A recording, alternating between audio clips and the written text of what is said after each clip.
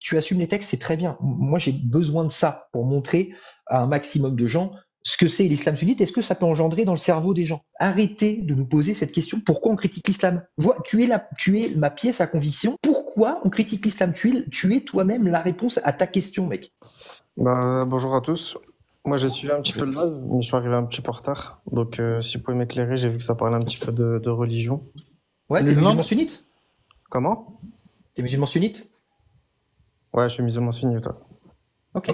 Moi, j'ai une question, si tu permets. Qu'est-ce que tu penses d'une loi? C'est une loi qui existe en Inde qui dit que la mère qui essaye d'enterrer vivante son enfant, la mère ira en prison et l'enfant aussi ira en prison. Qu'est-ce que tu penses d'une loi comme ça? Est-ce que c'est bien? Est-ce que c'est mal? C'est une loi, du coup, qui est quoi? C'est une loi religieuse ou une loi étatique? Non, c'est une loi de l'État qui dit que si une mère tente d'enterrer vivant son enfant, ben la mère va en prison et le bébé aussi va en prison. Tu penses que c'est bien ou c'est mal?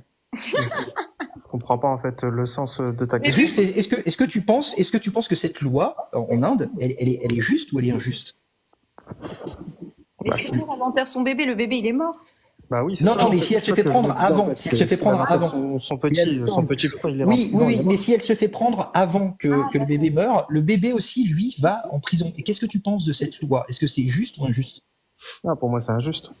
D'accord. Et si je te disais que dans la religion islamique, il y avait un hadith qui parlait de ça et qui envoyait les bébés en enfer, est-ce que tu trouvais ça toujours injuste? Tu peux me citer le hadith en question, s'il te plaît? Abu Daoud 47-17, hadith Sahih, il est écrit dans ce Abu Daoud 47-17 que la mère qui enterre vivant son bébé, la mère et le bébé iront en enfer. Est-ce que tu trouves ça toujours injuste, du coup? Mais pourquoi le bébé? Moi, ça, je comprends pas pourquoi le C'est bébé. le bébé qui va, je sais pas Il non a plus, rien mais demandé. c'est écrit dans les hadiths Sahih. pas La mère pourquoi. va en enfer, qui a enterré son bébé vivant va en enfer, et le bébé aussi va en enfer. Pourquoi? Je sais pas, c'est dans des hadiths Sahih, c'est dans l'islam sunnite.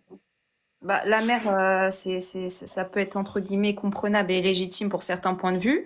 Après, pour le bébé, pour moi, personnellement, je comprends pas pourquoi lui, il doit aller en enfer. Rinda, Ça, c'est pas à moi de répondre à cette question, malheureusement, c'est l'islam on sunnite. parle de Dans les religion, on hadiths, parle de qui sont dogme, rapportés.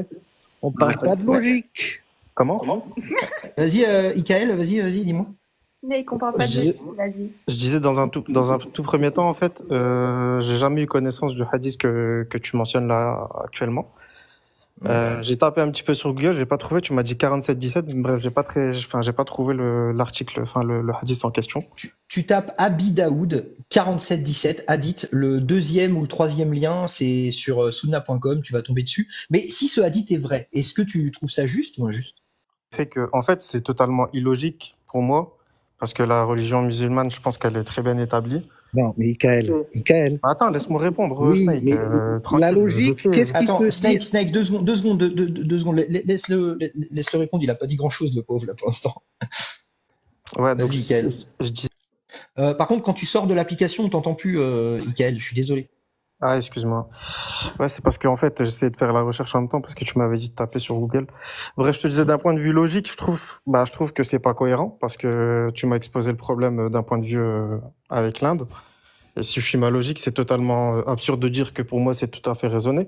Juste, le hadith dont tu me parles, j'en ai pas connaissance. Et il faut savoir aussi que les hadiths, quand ils sont rapportés, il y a des chaînes de transmission qui sont plus ou moins faibles. Là, tu me dis que c'est authentifié et c'est Hadith Abi Sahih. Daoud. Ouais, Ouais. hadith sahih, mais de quel... Est-ce que tu peux le montrer, toi, par exemple, sur ton partage d'écran ou pas? Ouais. Attends, Ça veut dire oh là quoi, là, chaîne de non, transition? je vais pas pouvoir là. Là, je vais pas pouvoir. Non, Mais c'est mort. Florinda, je t'explique, pour la chaîne de transmission, c'est facile. Les hadiths, t'as hadith sahih, c'est les chaînes de transmission les plus solides. C'est pour te dire, les sahih, les hadiths sahih, c'est les plus solides. Ils sont même plus solides que la chaîne de transmission du Coran. Mais c'est quoi, du coup? C'est quoi? C'est le relais, la transmission, c'est-à-dire que c'est passé à Alors, travers les siècles. voilà, Et c'est- j'ai le hadith là sous les yeux. Il parlait effectivement de chaîne de transmission et en fait le hadith, ce qui est bien, c'est que il dit concrètement, il dit cette tradition a également été transmise par Ibn Masoud, que la paix soit sur lui, nanana. Et il faut savoir que Ibn Masoud c'était un des meilleurs compagnons du prophète de l'islam. Donc ça vient confirmer le caractère authentique de ce hadith, puisqu'il est sahih. Voilà. Après, dis-nous ce que tu en penses, Ikaël, de ce hadith du coup. Bah écoute, j'irai le vérifier plus tard parce que moi j'en ai pas eu connaissance comme je t'ai dit précédemment. Et si c'est vrai, du coup, qu'est-ce que t'en conclurais du coup? Est-ce que ça Il y a ferait toujours une poser des questions? interprétation en fait, si tu veux, Jix, il y a toujours une interprétation, tu vois. C'est pour ça que la religion elle est aussi complexe que facile.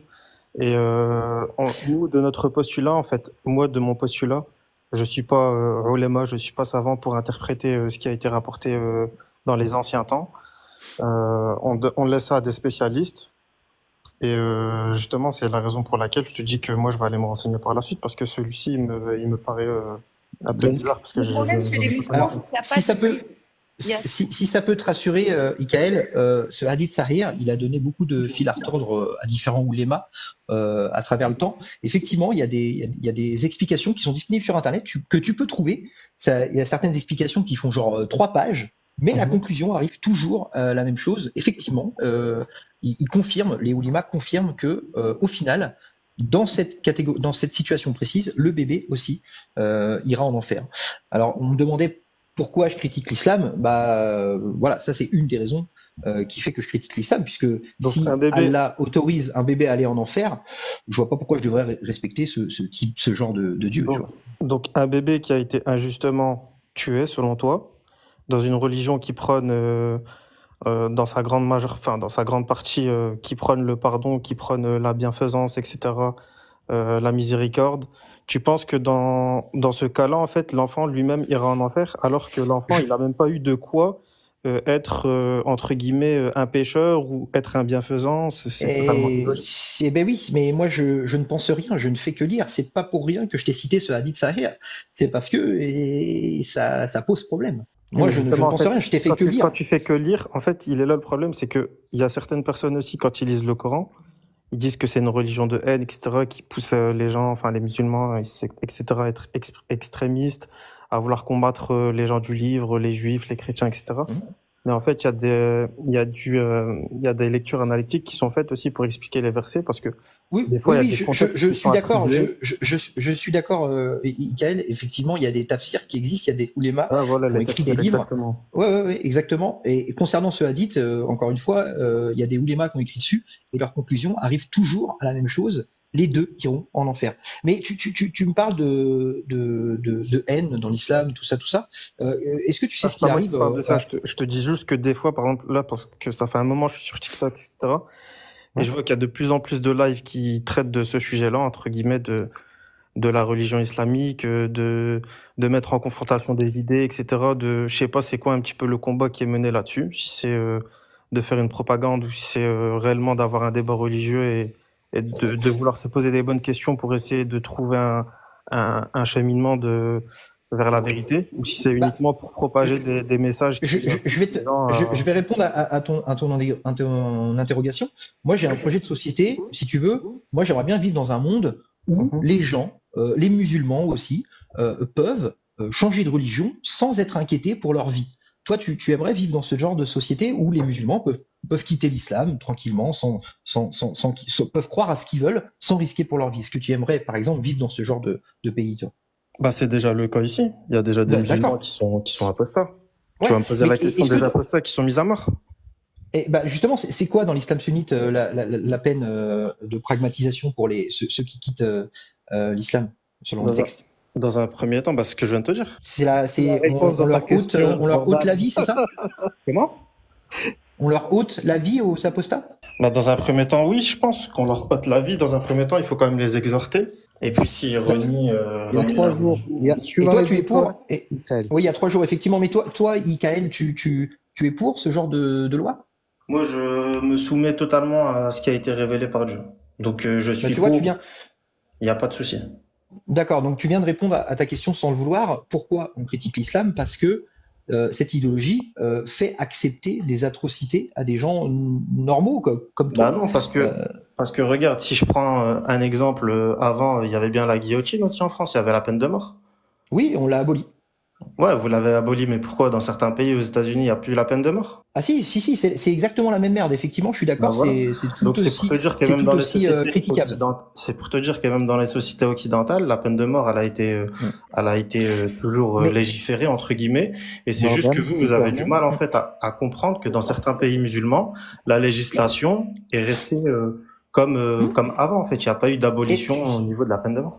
et je vais faire une petite expérience de pensée. Toi, tu préfères vivre dans un pays où les gens peuvent changer leur religion sans être inquiétés pour leur vie, comme en France par exemple, ou tu préfères vivre dans un pays où on met à mort celui qui quitte l'islam? Moi, ma réponse serait que je préfère vivre dans un pays musulman, donc dans un pays musulman qui applique la charia, oui.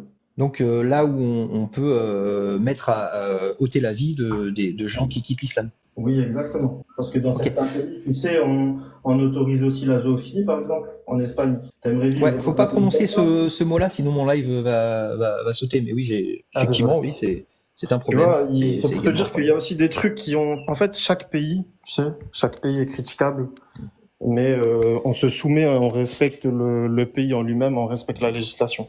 C'est pour Oui, ça que oui. là, actuellement, si je Attends, suis en France, je me plie pleinement aux règles Michael, de la République. Je vais reposer une autre question, Je suis si ça d'accord. te dérange pas, Ikaël.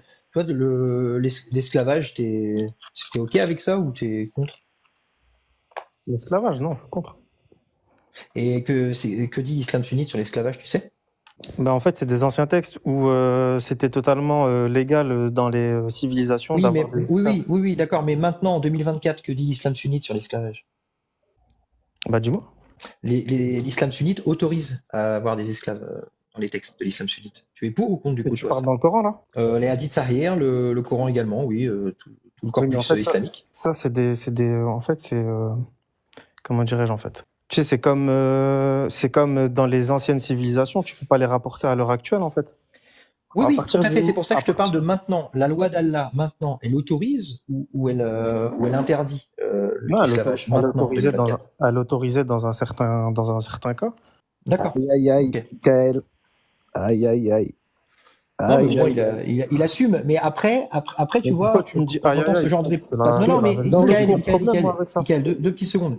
Je suis pas en train d'avoir le T'assumes cul les entre textes, deux c'est très chaises bien. et, voilà. C'est très bien, Michael, oui, on comprend. Tu assumes les textes, c'est très bien. Moi, j'ai besoin de ça pour montrer à un maximum de gens ce que c'est l'islam sunnite et ce que ça peut engendrer dans le cerveau des gens. Ça peut engendrer le fait d'accepter un truc qui aujourd'hui n'est plus du tout accepté par personne. Pourquoi? Parce que Allah l'a dit. Il y a une autorité religieuse venant d'un Dieu que personne n'a jamais vu qui te dit l'esclavage c'est ok. Donc moi je pose mon cerveau par terre et je dis l'esclavage c'est ok. Donc arrêtez de nous poser cette question pourquoi on critique l'islam. Tu es ma pièce à conviction. Pourquoi on critique l'islam? Tu es toi-même la réponse à ta question, mec. Mais non, Juste mais en arrêtez fait, avec cette question. quand je t'ai dit pourquoi vous critiquez, c'était pas dans le sens où t'as pas le droit de critiquer ou d'avoir une analyse sur les textes. Bien sûr, Hmm. ça t'as le droit. Mais là où je critiquais, c'était le sens de ce débat-là, en fait. Est-ce que ce débat a pour but de chercher une vérité, de débattre, ou est-ce que c'est juste pour essayer d'attiser la haine envers une communauté, tout simplement? Parce que, en fait, je vois de plus en plus de lives de ce genre qui sont sur TikTok, avec différentes personnes qui sont là en train de parler H24 de l'islam, en train de faire monter Oui. des gens pour débattre. Et justement, ma Michael, question, Parce c'était que pas en direct, personnelle parce vis-à-vis que de toi, en en fait. direct, oui, non mais parce que c'est pour ça qu'on critique l'islam, c'est pour ça que tu vois de plus en plus de live, parce que on a des musulmans qui, comme toi, en direct, viennent valider le mariage des enfants, viennent valider l'esclavage, viennent valider la mise à M des apostats, la mise à M des homosexuels, euh, tout ça parce qu'il y a un Dieu que personne n'a jamais vu qui a dit ça c'est bon. Et donc il y a des musulmans qui posent leur cerveau sur la table et qui disent ouais bah c'est bon, je valide tout ça. C'est pour ça qu'on critique, c'est parce que pour montrer à un maximum de gens que l'islam sunnite ça empoisonne le cerveau des gens, ça l'empoisonne. Si tu n'étais pas conditionné, si tu n'avais pas peur de l'enfer, tu serais comme la majorité de l'humanité. Tu dirais, bah non, l'esclavage, je suis contre dans n'importe quel cas de figure. Mais vu que tu es conditionné par la peur de l'enfer, tu peux pas remettre en question l'idéologie de l'islam sunnite, sinon tu iras en enfer. Et ben, ça vient à te faire accepter des trucs atroces. Et c'est pour ça, c'est ça qu'on met en avant. C'est juste ça qu'on met en avant, c'est tout. Vous êtes pas croyant, vous? Vous avez pas de Non, moi, religion? je suis athée. Non. Et toi, en fait, si demain tu meurs, ça y est, tu fais un rêve. Enfin, il se passe rien. Extinction de C'est lumière. écran noir, c'est écran noir, ma gueule. C'est ça, c'est la vie. C'est la vie, elle est maintenant. Et une fois que tu l'as fini, il y a pas de belle histoire. C'est écran noir, fin du game. Ta vie, c'est maintenant qu'il faut la vivre. On n'est pas chez les woke gauchistes fragiles en mode ah oui, raconte-moi une belle histoire après ma mort, tout ira bien, oh là là, parce que j'ai peur de la mort. Non, ici on est des bonhommes. Il y a la mort, elle est là et on va l'affronter. Et une fois que je suis mort, c'est écran noir. Il n'y a pas de ah ouais, je serai avec des vierges, tout ça. Tu vois? Ouais, mais ça, c'est ton point de vue. Ça, c'est toi qui vois. Après, Non, mais Ikaël, alors, Ikaël, te convertir. juste un principe tout bête de ces lives, du but de ces lives. Combien il existe de religions abrahamiques? 3. Sur ces 3 religions abrahamiques, combien ont été sécularisées? C'est-à-dire qu'elles se sont faites toutes petites pour être intégrées dans la société. Il y en a 2. Il y en a 2 qui, à force d'être tapées dessus, elles ont été massacrées à longueur de temps pendant les siècles précédents. Et il y en a une qui fait de la résistance. Tout ça pourquoi? Parce que dans ces textes, il est dit que c'est les textes de la religion avant la raison.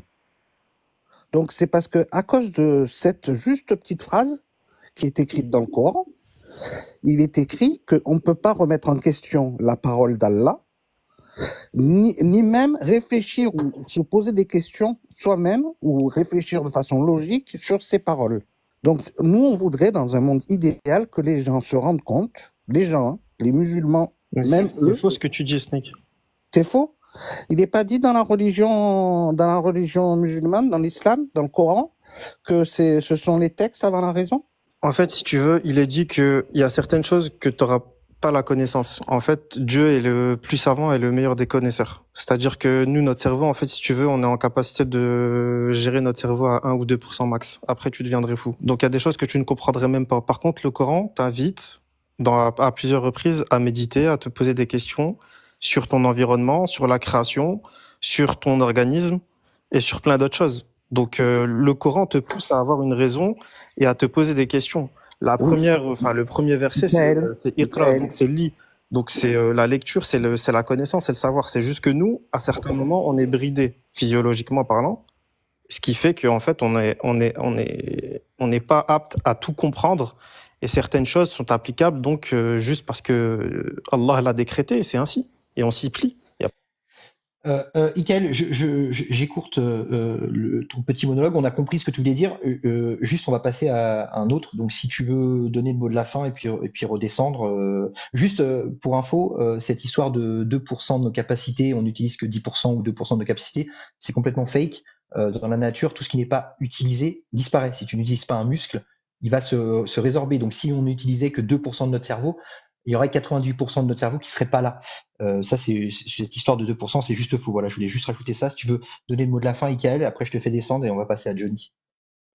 Bah, je t'invite à te renseigner justement sur ce que je venais de dire parce que c'est scientifiquement Jix.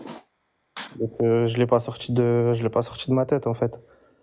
Ok, bah écoute, il n'y a pas de souci. J'irai voir ça. C'est C'est pas parce peut-être qu'on possible. n'utilise pas le plein potentiel d'un moteur que le moteur ne tourne pas. Non, mais en fait, je mettais juste en parallèle ce que tu m'avais dit, Snake, par rapport au fait que, entre guillemets, tu mettais la raison de côté et t'appliquais, entre guillemets, bêtement. C'était ce que tu voulais un petit peu insinuer. Le Coran, Les textes. c'est le Coran. Tu n'as pas le droit de réfléchir avec ta logique sur les textes du Coran. Mais C'est tout. en fait, si tu veux, la religion, il n'y a pas de logique dans la religion, en fait. Ça, on avait bien Il y a compris. aucune logique dans les religions. Les religions, elles sont faites. Je te laisse conclure là-dessus, Ikaël, et puis après je te fais descendre et on va passer à Johnny. Ouais, bah c'était juste, bah c'est tout. C'était juste pour répondre à Snake. En tout cas, voilà, moi j'ai fait ma petite intervention. Je vous souhaite une bonne fin d'après-midi. Eh ben, bonne fin d'après-midi à toi aussi. À bientôt.